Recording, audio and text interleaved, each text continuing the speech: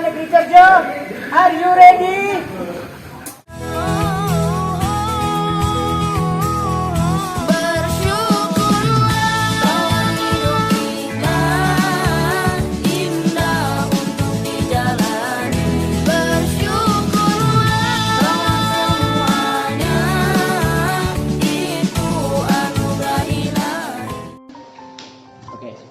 Bismillahirrahmanirrahim. Assalamualaikum warahmatullahi wabarakatuh.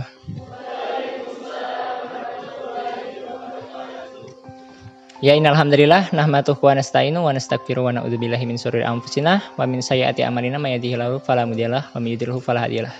Asyhadu an la ilaha illallah wa asyhadu anna Muhammadan abduhu wa rasuluh. Yang pertama dan paling utama, marilah kita senantiasa mengucapkan puji syukur atas kehadirat Allah Subhanahu wa taala. Kita masih dapat dipertemukan kembali dengan wajahnya kayaknya berseri-seri, ada apa ini? Senyum-senyum sendiri gitu. Apa mungkin masnya yang datang terlalu aneh gitu ya, bawa-bawa apa gitu, rekam-rekam kayak gitu. Ya nanti ta'aruf. Tak lupa salawat serta salam tetap tercurahkan pada junjungan besar Nabi kita Nabi Muhammad sallallahu alaihi wasallam. Nah, ini kan pada belum kenal nih. Apa ada yang udah kenal? Angkat tangan. Oh, alhamdulillah belum. Berarti tak kenal maka tak sayang, belum kenal udah sayang. Ta'aruf. Ta'aruf itu artinya perkenalan, biar saling kenal. Kalau udah ta'aruf, ya nanti udah kenal begitu ya. Ya jelas. Kita lanjutkan. Nama saya, nama Salman Al-Farisi. Salman Al-Farisi. Boleh dipanggil Salman. Kalau Pak Guru, Bu Guru, saya alumni sini 2016. Pak Guru, Bu Guru biasanya manggil saya Salman karena nama depan. Terus jangan dipanggil Al, nanti almarhum gitu takutnya. Jangan, masih hidup ini, jangan. Terus biasanya Faris gitu, panggilan nama orang-orang di sekitar saya. Masnya, kamu boleh duduk, nggak harus berdiri terus. Hah? Oh, nanti kan bisa dilihat gini gitu. Kasihan aku, nanti kamu capek gimana kan puasa-puasa.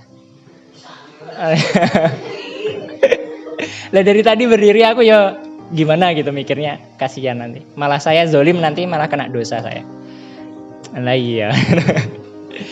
Ya boleh jujur ya, masa-masa SMA itu banyak yang bilang masa yang paling indah gitu. Kalian sepakat apa enggak kira-kira? Setuju ya? Soalnya dibanding TK, SD, kalian TK masih ingusan gitu ya. Dan lain sebagainya, lari-lari, mudah nangis gitu. Kalau dibully dilemparin makanan sama temennya gitu, nangis gitu. Wajar. SD hampir mirip-mirip tapi masih terlalu kanak-kanak. SMP masih terlalu labil. Dan SMA ini adalah masa-masa yang menurut orang-orang bilang dan pendapat paling banyak, kayak nggak disurvei sih, tapi memang udah terjadi secara fakta bahwasanya SMA itu banyak yang bilang masa yang paling indah gitu. Tapi itu indahnya masa SMA, indah atau tidak itu tergantung teman-teman menyikapinya kayak gitu. Di sini kayak dalam Islam ya. Di dalam Islam itu kalau nggak secara keseluruhan masuk dalam Islam, maka dia nggak akan tahu indahnya Islam begitu. Dalam surat Al-Baqarah 208, mungkin yang buka Al-Quran bisa dibuka, boleh dicatat dan lain sebagainya. Allah berfirman, A'udzubillahi minasyaitonirrajim. Ya ayyuhalladzina amanu udkhulu fis-silmi kafah wa la tattabi'u khutuwatis syaiton innahu lakum aduwwum mubin. Di sini ada seruan buat kita. Ya ayyuhalladzina amanu. Ya ayyuhalladzina amanu, wahai orang-orang beriman. Ini seruan khusus gitu. Kalau kita dipanggil secara khusus oleh Allah. Kalau bisa itu kayak kalian ketika siap gerak begitu loh ya. Jadi seperti itu. Karena Allah itu seruannya banyak. Ada yang ya ayuhan nas. Hannas itu untuk seluruh manusia. Entah itu Islam enggak, semuanya diseru. Lah yang ini khusus. Ya ayyuhalladzina amanu, wahai orang-orang beriman, udkhulu, masuklah kamu fis-silmi, ke dalam Islam. Masuklah kamu ke dalam Islam secara kafah, secara keseluruhan. Jadi keseluruhan itu ya semuanya, nggak boleh setengah-setengah, nggak boleh KTP-nya aja, nggak boleh, istilahnya kan ada orang Islam yang sholat aja cuma ketika Idul Fitri. Ada yang lebih maju satu level, sholatnya Idul Fitri, Idul Adha. Ada yang maju satu level lagi, sholatnya Idul Fitri, Idul Adha, sama sholat Jumat. Cuman itu aja gitu. Kan orang Islam kan harusnya sholatnya wajib. Tadi kan sempat Pak Guru curhat gitu. Mas, ini akhlak moralnya anak-anak generasi sekarang nurun banget nih mas, nggak kayak generasimu dahulu gitu. Ya memang generasi saya dulu ya, dikit-dikit sholat duha gitu. Dan sholat wajibnya apalagi yang sunnah dikerjakan, apalagi sholat wajibnya penuh masjid itu. Karena dulu masjidnya kecil, nggak sebesar itu. Kalian harus sebesar itu lebih bersyukur dong, gitu. Harus lebih rajin lagi. Kalau dulu dikit-dikit sholat duha, alasannya kenapa? Tahu nggak teman-teman semua?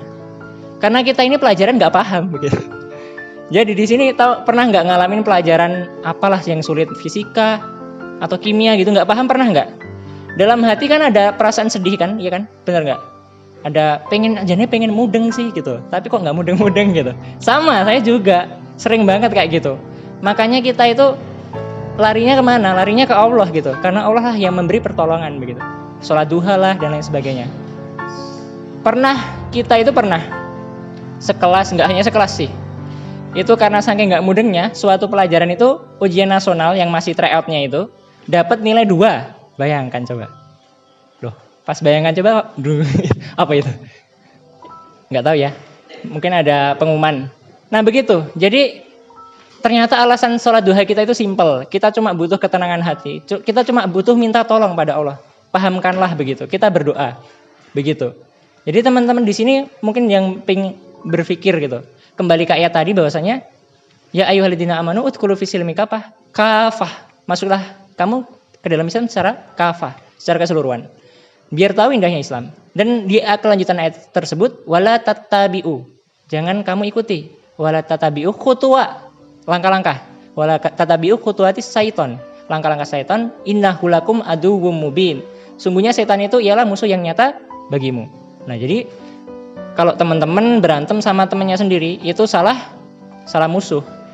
Karena dalam ayat ini jelas sekali. Terus para pendusta agama yang viral, dosen mana? Banyak dosen-dosen yang pendusta agama gitu. Bilangnya itu gini, bahwasanya Islam itu musuhnya Kristen gitu. Mereka mengadu domba, padahal enggak. Islam itu enggak punya musuh. Musuhnya cuma setan gitu. Dan setan pun enggak terlihat begitu loh. Jadi orang-orang itu sering mengadu domba atau berbuat namimah gitu. Dan perbuatan namimah itu sangat dibenci oleh Allah Subhanahu wa taala. Aslinya orang-orang Indonesia itu baik-baik, meskipun masyarakatnya majemuk ya. Ada Kristen, ada Hindu, ada Buddha, ada Konghucu, lain sebagainya. Sebenarnya rukun, sebenarnya baik. Cuman ada oknum-oknum yang tidak bertanggung jawab sehingga mempermasalahkan perbedaan. Padahal perbedaan itu tidak pernah menjadi sebuah masalah. Yang masalah itu ialah yang istilahnya membuat perbedaan itu menjadi sebuah masalah begitu. Yang mempermasalahkan. Aslinya perbedaan itu indah gitu. Pelangi kalau warnanya hijau doang kan nggak terlalu indah begitu. Mungkin ada yang suka kuning kok hijau ya gitu. Nah, pelangi itu berwarna-warni indah gitu. Islam itu juga sama, menghargai perbedaan sedemikian hingga gitu. Musuhnya pun nggak ada. Musuhnya Islam itu cuman tadi syaitan. Dan kalau disebutkan dalam Al-Quran misalnya ada kaum Yahudi, kaum Nasrani, itu kalau nggak memerangi kita, istilahnya kita beriman boleh, kita masih bisa makan, masih bisa minum, kita nggak boleh istilahnya menganggap mereka musuh gitu. Orang-orang Nasrani, orang Yahudi, ya teman, ya sahabat begitu.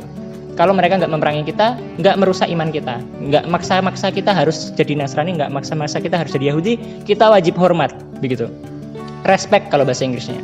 Nah, jadi sini jelas sekali ya. Jadi kembali ke ayat tadi, kalau kita pengen tahu indahnya Islam masuk secara keseluruhan. Nah, di sini pengen tahu indahnya SMA kayak apa itu, jangan kayak kupu-kupu kuliah pulang. Kalau di sini sekolah pulang, jangan kayak gitu. Kan banyak organisasi tuh. Ada yang namanya Karisma, ada yang namanya Rohis. Kalau pramuka namanya apa di sini? Ambalan dan lain sebagainya. Dulu saya maniak gitu ya. Maniak itu apa? Suka banget ngikutin semuanya sampai nggak bisa bagi waktu. Tapi saya udah tahu akhirnya. Suara apa tadi? Akhirnya hanya beberapa yang saya tekuni, tapi pernah merasakan ikut semua, jadinya tahu indahnya. Di pramuka pernah napak tilas begitu ya. Perjalanan dari mana ya? Namanya Jumapolo apa Jumatono gitu, sampai Matese sekitar 30 km jalan kaki begitu. Itu indah banget ternyata. Di situ ketemu beberapa sekolah, ketemu istilahnya teman-teman sama satu tim itu solid banget. Kalau ada yang nggak kuat dibantu, ada yang pengen kelaparan dikasih makan gitu, maksudnya ada yang bawa bekal gitu. Keren banget. Di situ tahu indahnya. Oh, SMA keren ya ternyata begini. Dan ukuahnya atau di sini beneran ini kalian satu kelas ini beneran teman-temanan apa enggak gitu. Maksudnya kalian itu benar-benar merasa di sini sebagai satu jamaah, satu koloni atau enggak gitu. Nah itu tergantung kalian juga. Kalau kalian merasa ini satu jamaah, satu koloni, ya maka kalian akan solid, akan bagus, akan enak begitu, akan peduli. Jangan nilai orang, don't judge a book by the cover. Mungkin memang ada yang kelihatan beling lah, nakal lah begitu. Siapa tahu hati-hatinya bidadari begitu ya. Hatinya keren begitu. Boleh jadi. Jadi jangan judge a book by the cover. Nah terus misalnya di sini ada yang misalnya kelihatan alim banget gitu ya. Belum tentu juga dia istilahnya paling baik di mata Allah. Belum tentu. Karena ya ya jadi di sini istilahnya semua itu dijaga. Kalian itu harus cintai saudara kalian seperti mencintai diri kalian sendiri. Asalkan dikasih koridor di sini. Nggak boleh laki-laki sama perempuan, nggak boleh. Jadi perempuan ya perempuan, laki-laki ya laki-laki. Solidnya begitu maksudnya. Kalau nanti kalian solidnya si A dan si B, laki-laki dan perempuan, nanti bahaya begitu. Rusak. Ini bukan bermaksud ngajarin suka sesama jenis, bukan begitu. Ini menjaga, karena Islam mengajarinya begitu. Solid boleh mencintai saudaranya seperti mencintai dirinya sendiri, tapi dalam koridor tadi syar'i itu. Kalau perempuan ya sama perempuan, laki-laki sama laki-laki. Dan di dalam Islam suka sesama jenis atau LGBT itu malah ngeri banget, dilarang. Bahkan itu udah terjadi di zamannya kaum Nabi Lut gitu. Dan itu diazab oleh Allah. Dan peninggalannya masih ada sampai sekarang. Orang-orang yang lagi berhubungan LGBT membatu di kota mana ya? Kalau nggak salah kota Pompei atau apa gitu. Itu di visit, maksudnya dikunjungi beberapa orang wisata mancanegara begitu. Jadi ada patung-patung masih berhubungan sesama jenis gitu, membatu gitu, bayangkan. Karena Allah tidak ridho kayak gitu. Karena itu menyalahi fitrahnya manusia, laki-laki suka sama perempuan begitu. Di sini suka kan? Suka enggak? Ya suka lah. Kalau suka normal, alhamdulillah. Perempuan suka sama laki-laki? Ada kan? Ya enggak ada, harus semua gitu. Semua harus gitu. Jadi di sini seperti itu. Nge-freeze enggak, Mas? Oke, masih bagus. Soalnya tadi beberapa masjid dan kelas sebelumnya kan tadi di masjid digabung jadi satu, kebetulan saya yang diamanai. Nge-freeze, jadi nggak terekam sama sekali. Ya nggak apa-apa. Nah kebetulan saya malah belum perkenalan ya. Udah, tapi belum perkenalan pekerjaan saya. Nah pekerjaan saya sebagai content creator. Jadi kok tepuk tangan? Masuk. Oh kalian suka? Kalian jangan-jangan juga content creator? Mungkin, nggak apa-apa. Jadi sekedar sedikit cerita pekerjaan ya, biar motivasi adik-adik semua. Nah di sini jujur apa enggak, kalian ini kalau sekolah lulus setelah itu kira-kira masih bingung nggak kalau cari kerja atau jadi apa begitu? Masih? Apa udah jelas? Yang udah jelas angkat tangan. Ternyata nggak jelas semua. Ya jadi begitu. Ya begitu teman-teman. Di sini saya pengen cuma ngasih tahu aja, biar jadi motivasi. Adik-adik semua, kok adik-adik? Teman-teman aja ya. Kalau adik-adik nanti kayak adik-adik TPA gitu, tepuk-tepuk. Jangan, teman-teman. Teman-teman semua, jadi di sini saya sebagai content creator, editor dan penulis dan lain sebagainya. Pokoknya alhamdulillah saya sejak SMA juga diamanai terus di bidang teknologi dan sampai sekarang. Dan saya pun nggak kuliah. Bukannya saya nggak pengen, cuman karena pas waktunya bisa kuliah saya nggak sempet gitu. Maksudnya terlalu apa dengan apa gitu, nggak usah saya ceritakan. Yang jelas pekerjaan saya itu dan keahlian di bidang teknologi zaman sekarang, dan tidak hanya zaman sekarang, zamannya semakin ke depan nanti akan semakin dicari, akan semakin dibutuhkan. Tahu nggak tangan saya sekurus ini begitu ya? Ini karena saya terlalu dikejar-kejar oleh pekerjaan. Jadi saya nggak pernah nyari kerja, jujur aja. Pekerjaan itu datang terus sampai saya kadang-kadang itu nolak-nolak begitu. Dan terkadang pun juga membutuhkan rekan-rekan editor, rekan-rekan apa gitu. Nah jadi apakah mungkin gitu orang sekolah punya penghasilan gitu? Mungkin apa tidak? Mungkin kalau zaman sekarang mungkin. Ada teman saya seorang masih sekolah gitu, ada yang mahasiswa, ada yang SMA, itu udah punya marketplace sendiri gitu. Bukan marketplace sendiri ya, maksudnya toko di marketplace sendiri gitu. Marketplace itu apa mas? Ya kayak Shopee, kayak Tokopedia dan lain sebagainya. Zaman sekarang hal itu sedang booming-boomingnya, maksudnya sedang jalan-jalannya. Dan itu gak ngaruh, entah pandemi, entah apa, jalan terus toko itu. Nah kayak gitu. Jadi sekarang bagi teman-teman yang tertarik di bidang teknologi, silahkan, hal itu bagus gitu. Tapi tetap ingat koridor gitu. Misalnya dari konten itu dapat menghasilkan duit gitu. Kalau saya juga punya YouTube, punya TikTok dan lain sebagainya, kayak gitu. Dan itu memang bisa menghasilkan duit, tapi ada ujian terberat begitu ya. Ujian terberat itu ketika kalian ngonten itu iman dan takwa kalian dipertanyakan begitu. Maksudnya kalau kalian tahu itu, kalian kuat enggak begitu. Kalau ngonten, yang nonton banyak dapat duit. Misalnya ada orang yang tidak beriman dan bertakwa, ya udah share di situ video-video yang misalnya orang yang seksi, terus orang yang apa gitu, pasti banyak yang nonton gitu. Misalnya kekerasan gitu, banyak yang nonton juga. Tapi di dalam Islam nggak boleh kayak gitu. Nanti rezekinya nggak berkah. Jadi di dalam Islam itu kita nggak mencari materialistis begitu. Materialistis itu hanyalah nilai tukar gitu. Sedangkan orientasi kita itu akhirat gitu, keberkahannya. Jadi banyak atau sedikit yang penting berkah. Pekerjaan apapun nggak harus keren gitu ya. Mencari rumput pun itu bagus, yang penting berkah. Tukang bersih-bersih, tukang sapu, yang seperti apapun, yang penting berkah begitu. Semua pekerjaan dalam Islam mulia gitu. Yang penting berkahnya. Nggak nilai dari banyak sedikitnya. Soalnya kalau berkah, otomatis akan cukup. Nggak mungkin nggak cukup gitu. Dan ketika berkah, misalnya ini ya, bapak-bapak ada yang nyari nafkah buat keluarganya. Karena nafkahnya mencarinya dengan cara yang halal, diberikan keluarga, anak-anaknya menjadi anak-anak yang soleh-solehah. Anak-anaknya berprestasi, membanggakan orang tua. Beda lagi ketika mencari rezeki dengan cara yang haram gitu ya. Haram dicampur jadi satu, halal haram. Haram gitu ya. Kepleset tadi, maaf. Jadi dengan cara yang haram otomatis nanti nggak berkah. Ketika diberikan di keluarganya, anak-anaknya jadi bandel, dilabrak orang tua lain begitu, kena masalah terus, bisa jadi karena rezeki nggak berkah. Nah jadi di sini saya ajarkan, bukan mengajarkan sih, kurang efisien gitu. Maksudnya sharing aja gitu. Kalau mengajarkan nanti saya kelihatan kayak berilmu, padahal ya belum terlalu gitu.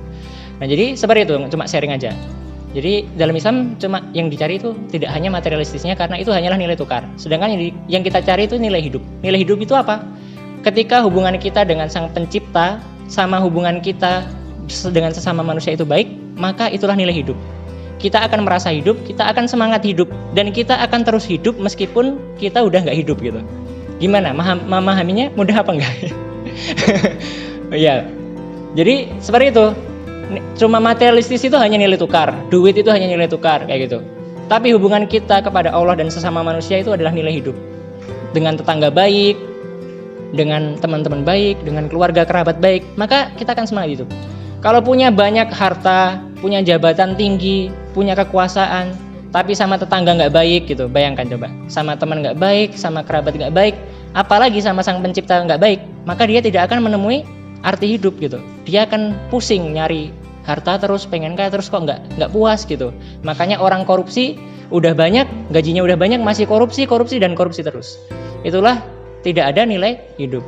Dalam surat At-Talaq ya, nanti boleh dicatat atau boleh dibuka yang baca Quran. At-Talaq itu, surat At-Talaq gitu aja, ayatnya ayat 2 dan 3.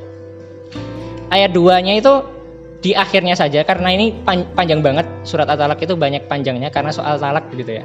Soal talak, soal cerai gitu. Tapi di sini saya ngambil poin di akhirnya, ayat 2-nya. Wa may yattaqillaha yaj'alhu makhraja. Terus di ayat 3-nya di awal, wa yarzuqhu min haitsu la yahtasib. Dari wa may yattaqillaha, barang siapa bertakwa kepada Allah, maka Allah akan memberinya jalan keluar gitu. Jadi di sini yang punya masalah apapun, di sini kalau saya tanya ya, di sini yang punya masalah angkat tangan begitu. Insya Allah nanti bakal angkat tangan semua, karena nggak mungkin kita nggak punya masalah begitu. Semua orang punya problem. Di sekolah ada problem, di rumah ada problem, di lingkungan masyarakat ada problem. Dan problem itu kalau nggak kita selesaikan, ngumpul jadi satu begitu. Kita coba buat teori perumpamaan. Tangan kalian ngangkat bolpen aja sih ya, belum nge-freeze ya kan masih gerak ya. Oke, alhamdulillah. Kita praktekkan. Coba tangan kalian angkat bolpen atau buku bebas seperti ini. Seperti ini. Oke ya. Oke, sip. Sekarang jangan ditaruh dulu. Ini materinya soalnya ditahan. Sekarang ditahan. 30 detik aja. 5 detik dulu deh, 5 detik. 1 2 3 4 5. Tahan dulu ya, tahan. Coba tambah 10. 1 2 3 4 5 6 7 8 9 10. Tambah berat apa enggak? Setengah jam berani? Enggak ya, oke, diletakkan. Sama teman-teman, itu teorinya. Sebentar, coba senyap sebentar. 1, 2, 3, senyap. Oke, jangan ngomong sendiri dulu. Jadi itu teorinya. Semua masalah, semua problem, kalau kita nggak segera selesaikan, makin lama makin berat. Makin berat. Tugas, nah tugas nih ya.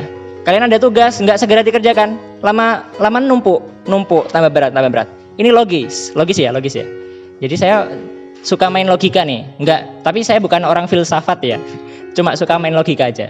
Jadi begitu, sama, semua orang punya problem. Di sini ayat ini menjelaskan bahwasanya wa may yattaqillaha yaj'al lahu makhraja. Barang siapa bertakwa kepada Allah, maka Allah akan memberinya jalan keluar begitu.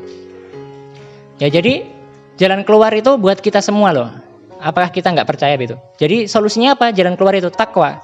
Apa arti takwa itu? Takwa itu ialah menjauhi segala larangan Allah dan menjalankan semua perintahnya.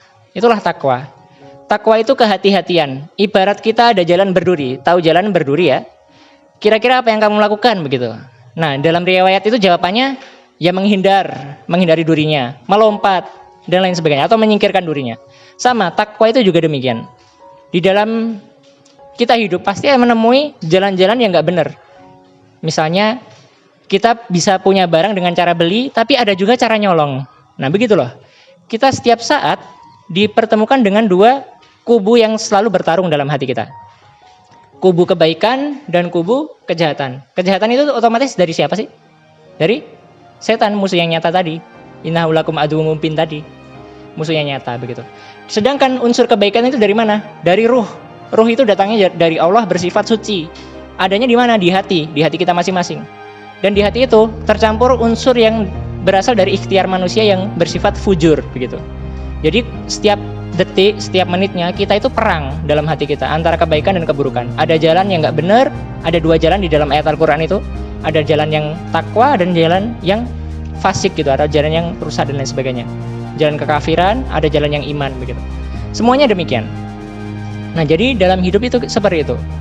Ketika kita diuji, kita larinya otomatis harusnya ke Allah. Larinya ke sumber petunjuk agama. Apa itu? Al-Quran dan Sunnah. Karena Al-Quran dan Sunnah, terus agama Islam, orang-orang kafir pun mengakui. Kalian tahu artis-artis Hollywood gitu ya, artis-artis pemain film Marvel dan lain sebagainya, film-film action box office begitu. Mereka sering banget, nggak hanya sekali loh ya, bilang di sosial media, Islam is the answer gitu. Jadi Islam itu adalah jawaban gitu. Kalau kita ada masalah dilarikan ke Islam, jadi solusi begitu. Itu keren banget. Dan itu orang kafir aja mengakui, masa kita yang Islam masa malah nggak tahu atau nggak mengakui begitu. Jadi ternyata Islam itu jadi jawaban dari semua hal gitu. Nah, di dalam ayat selanjutnya, wa yarzuqhu min haitsu la yahtasib. Dan Dia Allah memberi rizki dari arah yang tidak disangka-sangka. Nah, keren banget ketika kalian semua dan saya sudah berusaha bertakwa, hidup kita akan dipenuhi solusi. Ini janji Allah yang pertama. Terus yang kedua, rizki kita akan disampaikan oleh Allah dari arah yang tidak disangka-sangka. Kita pas butuh, perasaan nggak jual apa-apa, kok ada yang beli gitu. Pernah nggak ngalamin kayak gitu? Ini dijual nggak mas begitu? Ada, sering banget orang-orang ngalami kayak gitu. Jadi dalam surat Muhammad ayat 7, intan surullaha yansurkum wa yusabit aqdamakum. Barang siapa menolong agama Allah, maka Allah. I'm sorry, Mr. Ferris. You have unread messages. Oke. Ya, handphone saya sering ngomong sendiri kayak gitu. I'm sorry, Mr. Ferris gitu. You have unread message gitu. Google Assistant. Nah, jadi ini nggak hanya pas ini ya, pas saya buat rekaman video YouTube sering banget ngomong sendiri HP-nya. Ternyata belum saya silent. Sampai lupa tadi ayatnya sampai mana. Oh iya tadi, yang intan surullaha yansurkum wa yusabit aqdamakum. Barang siapa menolong agama Allah, maka Allah akan menolongnya dan meneguhkan kedudukannya. Jadi bukan kedudukannya, meneguhkan pendiriannya. Jadi barang siapa menolong agama Allah, sekiranya Allah itu perlu pertolongan apa enggak sih aslinya gitu? Aslinya tidak perlu. Ketika semua manusia di muka bumi ini kafir, enggak sholat dan lain sebagainya, kira-kira Allah rugi atau enggak? Enggak gitu, bagus jawabannya. Jadinya sebenarnya yang butuh itu siapa gitu? Yang butuh sholat itu siapa? Nah kayak gitu. Tadi ada yang lari-lari. Saya harap bukan dari kelas ini ya. Bukan, alhamdulillah. Jadi sholat kok yang butuh. Ngomong lagi. Oke, seperti itu. Nah jadi saya pengen ngasih break sebentar. Silahkan nanti buat pertanyaan bebas karena saya pengen membuktikan praktek gitu. Islam itu the answer tadi. Islam itu menjawab segala problematika. Di sini silahkan nanti buat pertanyaan, buat apa kepo-kepo sesuatu misalnya tentang suatu hal, insya Allah kita akan jawab dengan Islam gitu, dengan agama, dengan Al-Quran atau dengan sunnah, dengan hadis begitu. Apakah nge-freeze? Oh, di stop. Nge-freeze-nya udah lama apa ada baru aja? Oke. Nggak apa-apa. Kita wah. Tumben. Ya nggak apa-apa, kita mumpung seperti ini kita break dulu. Kalian silakan buat pertanyaan dan lain sebagainya. Sekalian saya istirahat gitu. Jangan ngomong terus. I'm sorry, Mr. Ferris. You have unread messages. Yang mana tadi? Kok nggak masuk ya?